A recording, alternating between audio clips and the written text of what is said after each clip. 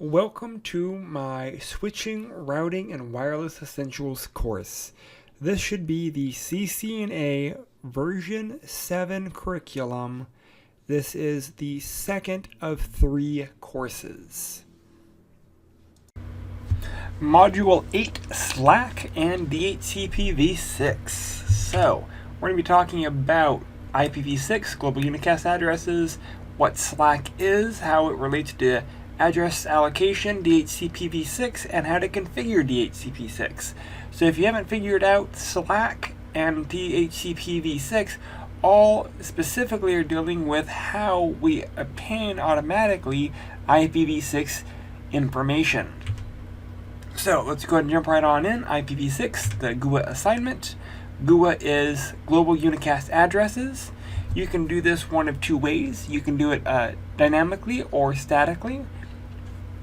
So if we're dealing with a Windows host, again, we go to Network Properties, IPv6, and there you go.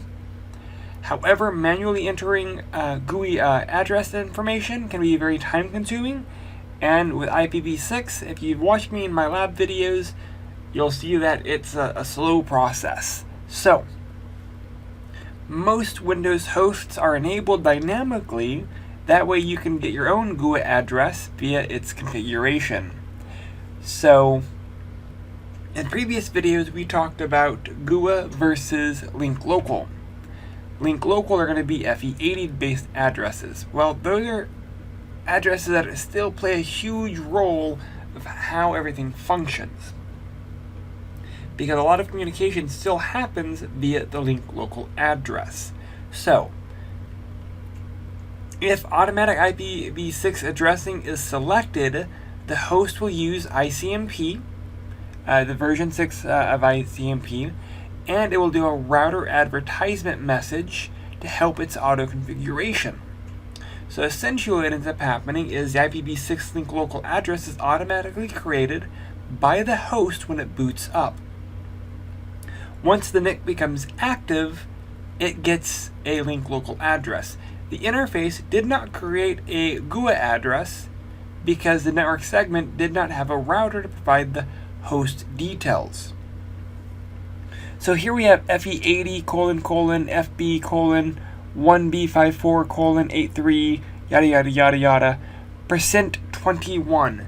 The percent and the number at the end of the link local address is known as the zone ID or the scope ID, and this is used by the OS to associate a link local address with a specific interface.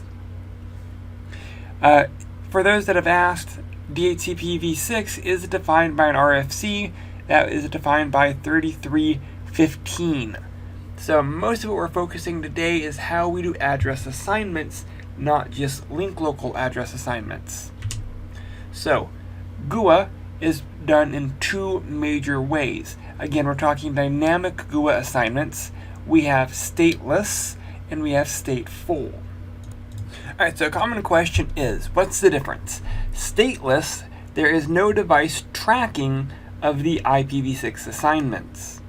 With stateful, there is a DHCP server that is managing the assignments of IPv6 addresses. What's really interesting is, with all of the QA that these slides go through, assignment owed IPv6 instead of. But little things. Anyways, so with stateless, we have 2 main types. Stateless deals with SLAAC and SLAAC with DHCP. So SLAAC is what we're going to be talking about coming up. With stateful, we have just a straight DHCP server, which is stateful. We want something that's going to track it. SLAAC only basically will send router advertisement messages providing all of the IPv6 address information. With SLAAC with DHCP, the router advertisement message provides IPv6 configuration information to the host that will inform them to contact a stateless DHCP server for the additional configuration. Default gateway and DNS, things like that, that can go to all hosts, aren't really needing to be trackable. With stateful, with DHCPv6, the router advertisement message informs the host to contact a stateful DHCPv6 server or some type of DHCP-enabled device for all IPv6 configuration except the default gateway. That can be automatically assigned. So when we're dealing with IPv6 addresses or global unicast-based addresses, we have to look at three main message flags. The way that this functions is we have an A flag, O flag, and M flag. And these are part of the IPv6 RA messages, RA router advertisements. So the A flag is the address auto configuration flag that signifies the use of SLAAC. SLAAC is the stateless address auto configuration used to create IPv6. The O flag is the other configuration flag. This basically means the additional information is available from a stateless DHCP server. So if we're talking stateless, A and O. If we're talking stateful, we're using an M flag. And you'll notice at the bottom, the M flag is the managed address configuration flag to use stateful DHCP. So depending on the type of address, we'll either get an A, an AO, or an M.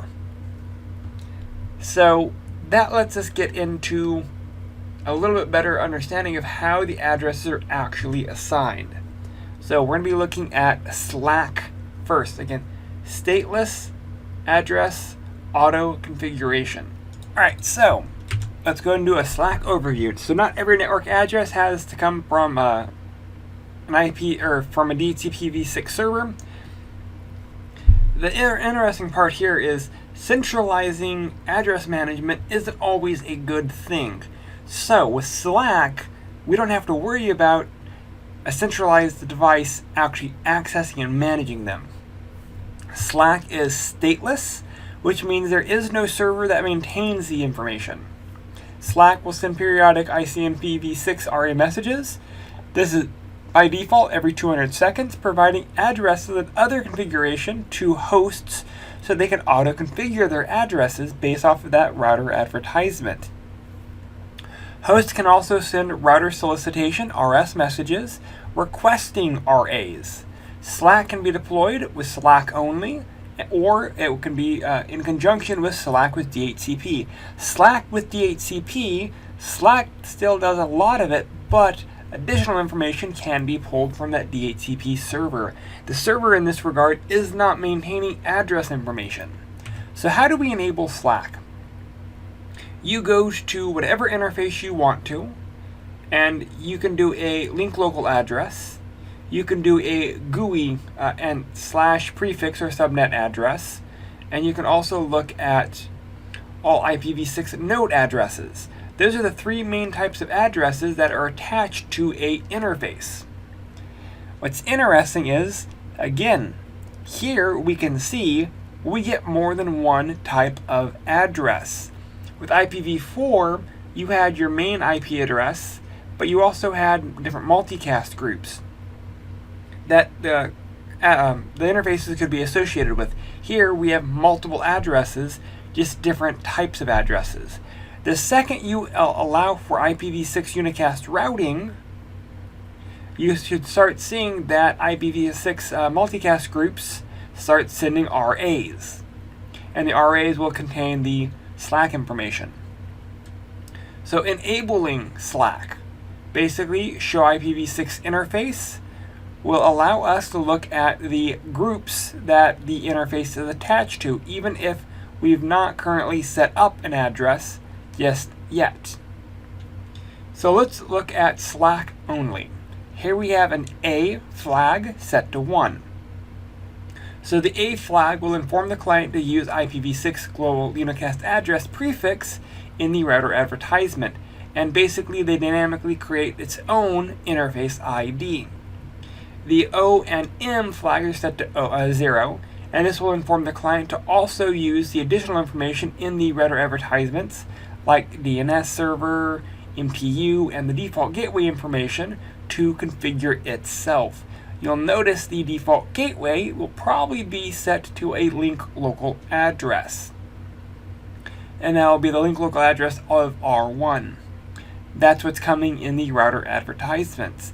If you want to set the global unicast address for the default gateway, that's not going to probably come from a SLAAC address. That's going to be coming from a SLAAC with DHCP or DHCP. So essentially what ends up happening is a PC comes online, it will send a router solicitation, or the router will send the router advertisements every 200 seconds. When the router receives an RS message, it then again populates an RA to be sent out. IPv6 is enabling hosts wishing to obtain the address and will send the router solicitation to the multicast address. That way the router will pick it up and respond. So the multicast address for all routers in IPv6 is FF02::2. That's a special address that router solicitation messages will be sent to. That's a multicast address grouping all IPv6 enabled routers. So the PC boots, it will send that multicast message out. The router should receive and then respond. And it will send it to the FF02::1, which is an IPv6 all-node multicast address. So now we just learned that FF02::2 is all routers. FF02::1 is all nodes. So the PC will accept the router advertisement and then create its interface. So using SLAAC, a host will acquire its 64-bit subnet information from the router advertisement and will have to generate the remaining 64 bits of the interface identifier. This is done two ways. Randomly generated, this is normally done used in Windows 10, or a EUI64. What's interesting is the EUI64 basically will create an interface using the MAC address, and we're going to talk about a little bit more of the EUI64 method a little bit later. Because there was concerns about with privacy, this is basically because the Ethernet MAC address of the host is used by the EUI64 to create that interface ID. So there are some weird oddities with the EUI64 because it uses a physical address. Windows, Linux, and Mac allow for the user to modify the generation of the interface ID, either to create randomly or to use the EUI64. So, with SLAAC, hosts may use DAD, duplicate address detection process, to ensure that their address is unique. Just how we had Windows 4 using DAD, we can use DAD in IPv6, but instead IPv6 will be using a neighbor solicitation. That's going to be part of ICMPv6, and this message is basically constructed a solicited node multicast address containing the last 24 bits of the IPv6 address to ensure that no one else has. So if no other devices respond with the neighbor advertisement message, then the address is virtually generated to be guaranteed to be unique. So it will be generated, it will be checked, and then if no one says they have the duplicate address, then you know it is unique. If an NA is received by a host, then the address is not unique, and essentially the host will generate a new one. That is not really required because a 64-bit interface provides 18 quintillion possibilities, and likelihood of overlap is actually extremely low. So, that's kind of what it is. Moving forward, we have DHCPv6. So in previous chapters, we talked about DORA method, how we actually got our addresses. Well, with DHCPv6, we have a little bit more. So with stateful DHCP, this does not require SLAAC, while stateless DHCP does. So DHCP comes in two main flavors, stateful, stateless. Stateless will track information. Stateless doesn't track information, where stateful does track information. So regardless of what we're doing, there is at least a basic understanding of how DHCP operates. So the host will send a router solicitation. The router will respond with a router advertisement. If there is a DHCP server, the router advertisement will say, forward the rest of these questions to the DHCP server. So it will solicit to all DHCP servers. That will be a DHCPv6 solicit message. The DHCP version 6 server will respond with an advertisement message. That'll be a unicast address. The client will then request or provide an information request back to the server, also being unicast. The last step is the server will reply with a unicast address, verifying the address. So servers to the client DHCP messages will all be using UDP, and this happens over port 546, while client to server communication is all going to be done off of port 547. Server to client responses, 546. Client to server responses, 547. Again, both UDP. Alright, so let's go and look at the stateless DHCP operations. So, same thing, PC comes online. Here we have a router advertisement with the A and O flag set. Basically, that tells the PC to reach out to the DHCP server stateless and to grab the information. Again, the M flag is set to 0 by default.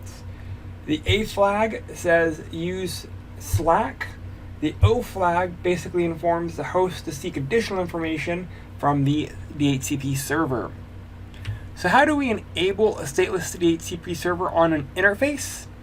Basically, we say IPv6 ND other TAC config TAC flag, and basically this will set the O flag to 1.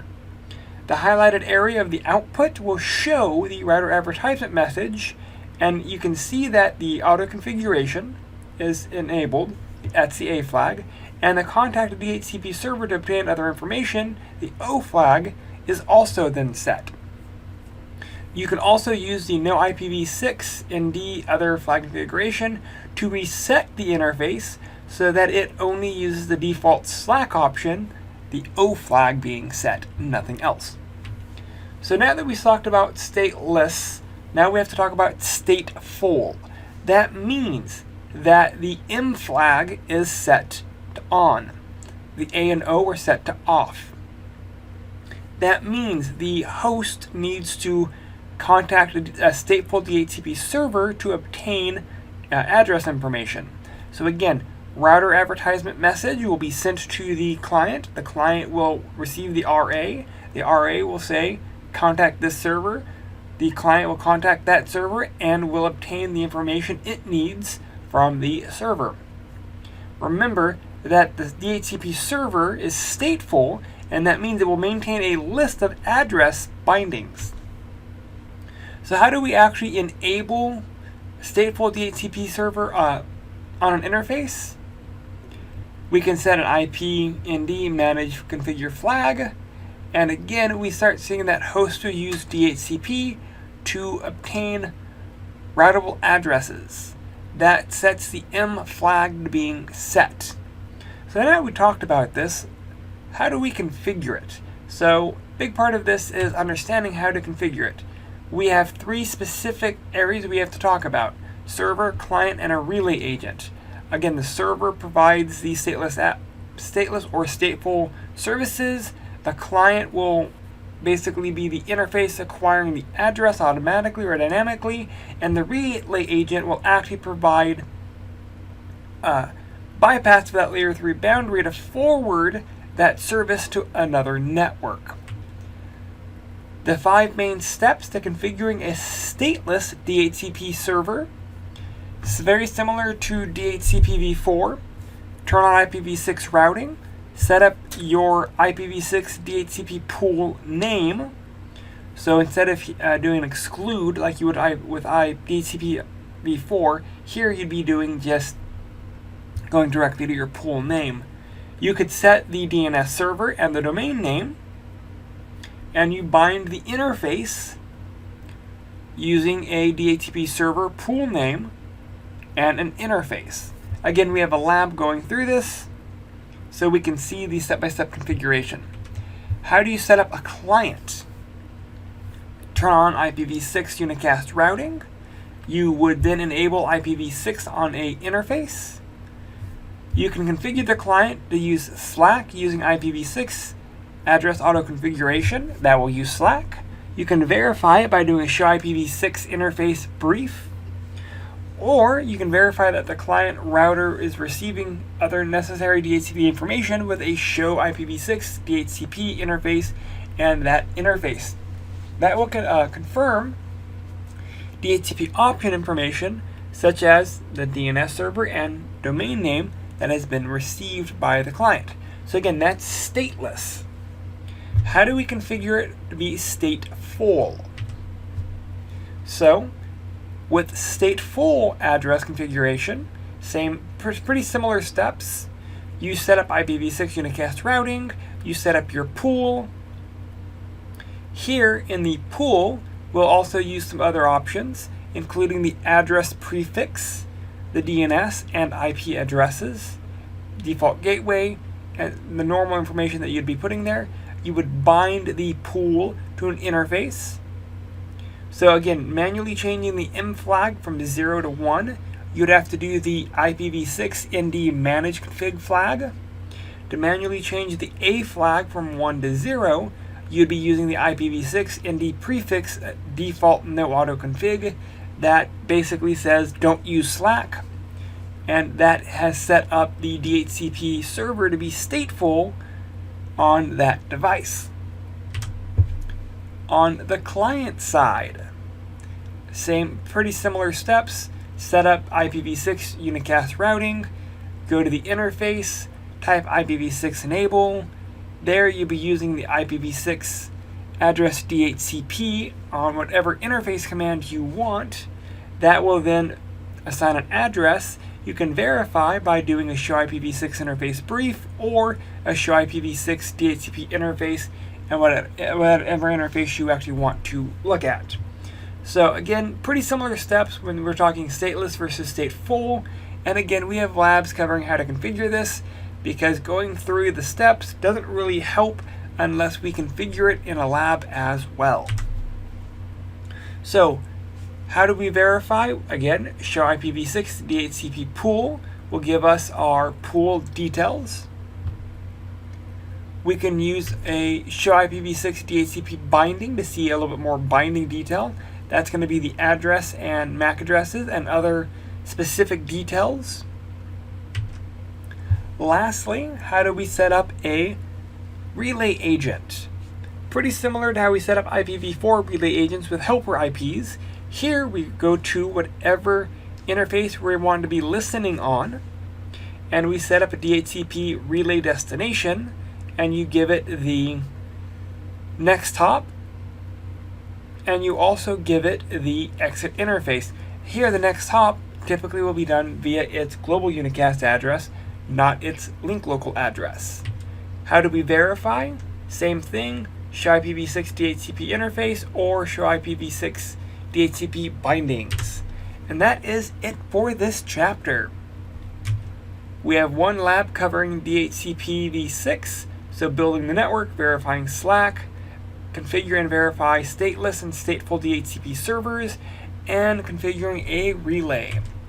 So in this, we've learned about global unicast addresses, link local addresses. We've looked at how to turn on IPv6 addressing.